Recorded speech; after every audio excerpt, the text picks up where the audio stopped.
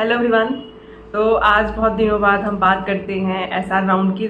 और regular round में सबको कॉलेज आई होप मिला हो, अच्छा मिला हो। कुछ उससे सेटिस्फाई होंगे, कुछ उस चीज़ से सेटिस्फाई नहीं होंगे, तो कोई बात नहीं, उसके लिए हमारे पास स्पेशल राउंड है, ठीक है, एसआर राउंड जिसको बोलते हैं।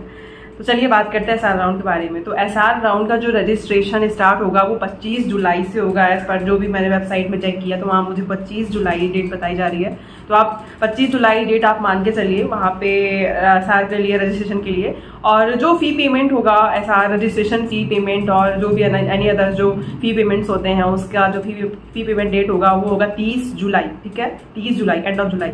और अगर किसी को पेमेंट से इशू है रिलेटेड तो 31 तक जा सकता है, लेकिन उससे ज़्यादा नहीं। तो इसलिए मान के चलिए, और आपके पास बहुत कम टाइम है अभी, जैसे आज आपका 23 हो रहा है, तो इस तरीके से आपके पास बहुत कम टाइम है, एक वीक का ही टाइम है। तो बात कर लेते हैं हम कि एसआर रजिस्ट्रेशन के लिए कितनी फ़ी लगने वाली है। तो सेम है जैसे रेगुलर राउंड के दौरान हमारा जो भी फ़ी लगा था, रजिस्ट्रेशन फ़ी लगा था। जनरल के लिए 3000 और वो जनरल ओबीसी और जनरल ईडब्ल्यूएस के लिए 3000 लगे थे। और 2500 जो है वो SC ST PWD कैटेगरी के स्टूडेंट्स के लिए लगे थे, ठीक है। तो इस तरीके से सेम टू सेम ऐसे ही एसआर राउंड के लिए भी है। तो एसआर राउंड के लिए भी इतनी ही फीस लगने वाली है। अब बात कर लेते हैं कि अगर कोई कैंडिडेट्स है और उस कैंडिडेट्स ने क्या कर लिया है, ऑलरेडी वो जो सीट एक्सेप्टेंस फ़ी है उसको फिल कर चुका है और पार्शियल एडमिशन फ़ी भी रेगुलर राउंड में वो फ़ी पे कर चुका है, तो इस दौरान क्या है कि सिर्फ आपको रजिस्टर करने की ज़रूरत है और आपको ये सब सीट SAF और PAF, शॉर्ट फॉर्म में मैं बोल रही हूँ, SAF और PAF आपको देने की ज़रूरत नहीं पड़ेगी यहाँ पे। लेकिन अगर किसी स्टूडेंट ने सीट एक्सेप्टेंस फ़ी दे रखी है लेकिन उसने पार्शियल एडमिशन फ़ी नहीं दी है, तो उसको इस एसआर राउंड में वो पार्शियल एडमिशन फ़ी देनी पड़ेगी।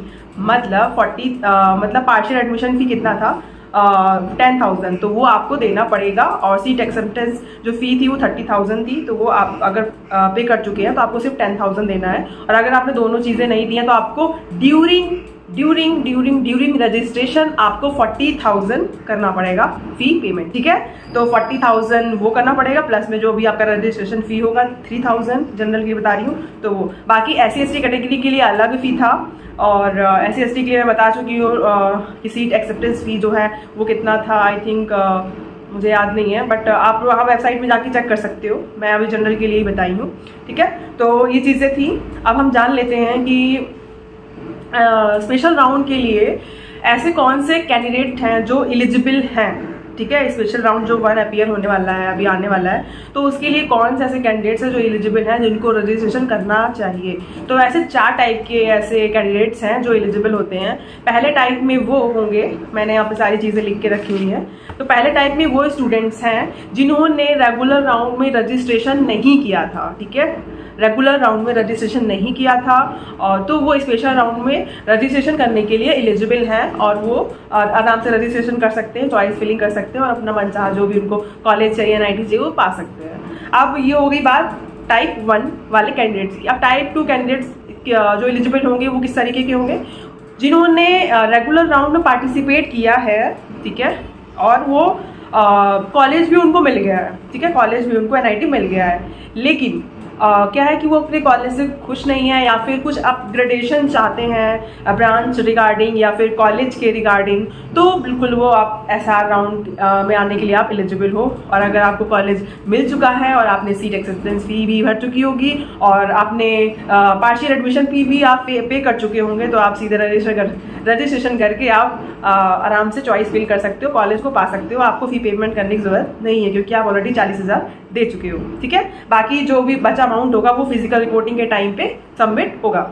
अब इसके बाद हम बात करते हैं सीट की, कि अगर मान लीजिए आप एसआर राउंड में एलिजिबल हो गए हो, टाइप 2 के बारे में बात कर रही हूँ, एसआर राउंड में आप एलिजिबल हो, रजिस्ट्रेशन कर दिया, सब कुछ हो गया, फ़ी पेमेंट जो भी था वो पहले आप कर चुके थे, और आपकी सीट जो है, आपका जो कॉलेज है वो चेंज होता है, अपग्रेडेशन होता है, आपको दूसरा कॉलेज मिलता है, तो अर्लियर जो रेगुलर राउंड में आपको NIT मिला था वो ऑटोमेटिक कैंसिल हो जाएगा।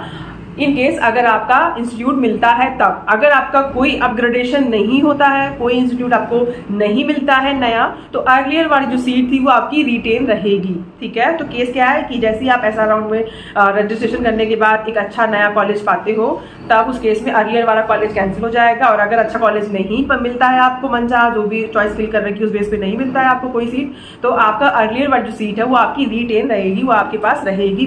ठीक है, तो ये चीजें थी। अब थर्ड टाइप जो है कैंडिडेट्स का बारे में बात करूंगी, एलिजिबिलिटी के बारे में बात करूंगी, वो ये है कि मान लीजिए किसी ने रेगुलर राउंड में अपीयर किया है, ठीक है, बट उनके पास कोई सीट नहीं है।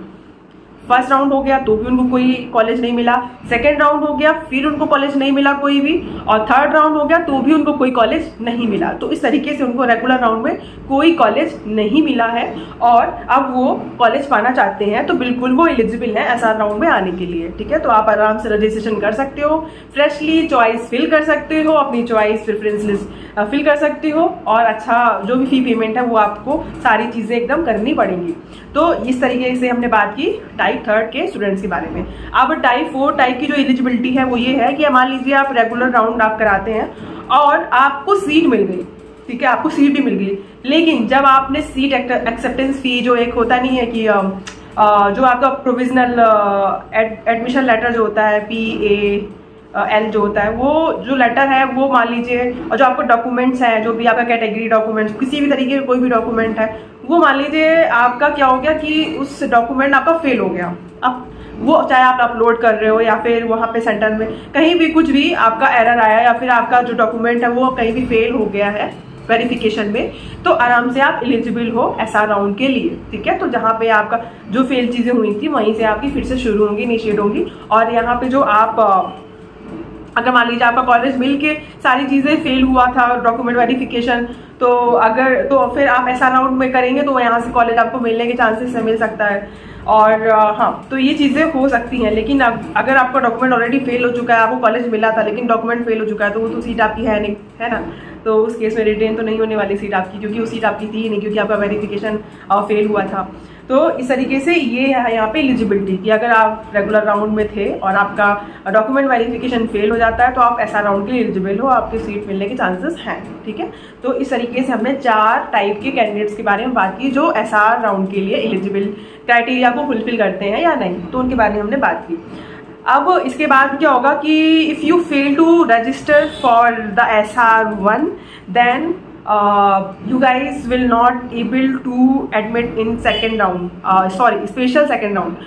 तो अगर आपने अगर कोई ये सोचता है ना कि चलो एसआर राउंड 1 में हम रजिस्ट्रेशन करना भूल गए, कोई बात नहीं, एसआर राउंड 2 में हम फिल कर लेंगे, तो ऐसा नहीं है। ठीक है, ऐसा नहीं है, क्योंकि ऐसा एक ही बार रजिस्ट्रेशन होगा आपका SR1 में, और इसके बाद SR2 में आप एलिजिबल तभी होंगे जब आपने इसमें ऑलरेडी रजिस्ट्रेशन कर चुके होंगे तब। ठीक है, तो कोई अलग से वहाँ रजिस्ट्रेशन नहीं होगा, एक बार सिर्फ यहीं पे होगा, SR1 में होगा, यहाँ पे आप रजिस्ट्रेशन करके और SR2 के लिए भी आगे बढ़ सकते हैं एज पर योर ऑप्शन, कि आपका स्लाइड मोड है कि फ्रीज मोड है, ये सब चीजें जो हमने पहले बात कर चुके हैं। ठीक है, तो अभी के लिए इतना ही, और आई होप कि मतलब जो भी मैंने चीजें आपको ये चीजें बताई हूँ वो आपको समझ में आई हो। और हाँ, एक और चीज मैं आपको बोलना चाहूंगी कि 30 जुलाई जो है वो आपका एक तरीके का फी एक्सेप्टेंस फी सब चीजें फी भरने का टाइम है, मतलब डेट है।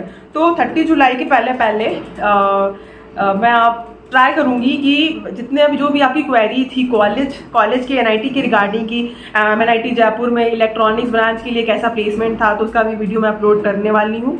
और एक मेरे पास एक्सपीरियंस आया है हमीरपुर का, NIT Hamirpur CS artificial branch का, तो उसका भी मैं आपको जो एक्सपीरियंस है वो शेयर करूंगी और वो वीडियो अपलोड करने जरूर करूंगी आगे चल के। ठीक है, अभी 30 जुलाई के पहले सारी चीजें मैं मेहनत करूंगी कि सारी चीजें हो जाए, और मैं अपना भी एक्सपीरियंस का वीडियो यहाँ पे शेयर करूंगी कि जहाँ पे भी आज मैं हूँ जनटेक में, तो उसका एक्सपीरियंस क्या रहा है, वो सारी चीजें में, ताकि आप लोगों को क्लियर कट एक व्यू मिले और आप कॉलेज को जो प्रेफरेंस लिस्ट है ना उसके रिगार्डिंग थोड़ा सा आपको एक बैकएंड में एक हल्का सा एक नॉलेज मिलेगा कि हाँ ये चीजें हैं वहाँ पे, तो हम वहाँ भी जा सकते हैं, यही तो मुझे चाहिए था तो मैं वहाँ जा सकता हूँ। तो ये सारी चीजें हम एनालाइज करके चॉइस को फिल कर सकते हैं। तो उससे पहले मैं पूरी मेरी कोशिश रहेगी कि मैं आपको कॉलेज के एक्सपीरियंस के थ्रू आपकी हेल्प कर सकूं। ठीक है, तो अभी के लिए इतना ही, नेक्स्ट वीडियो में मिलते हैं, तब तक के लिए बाय बाय।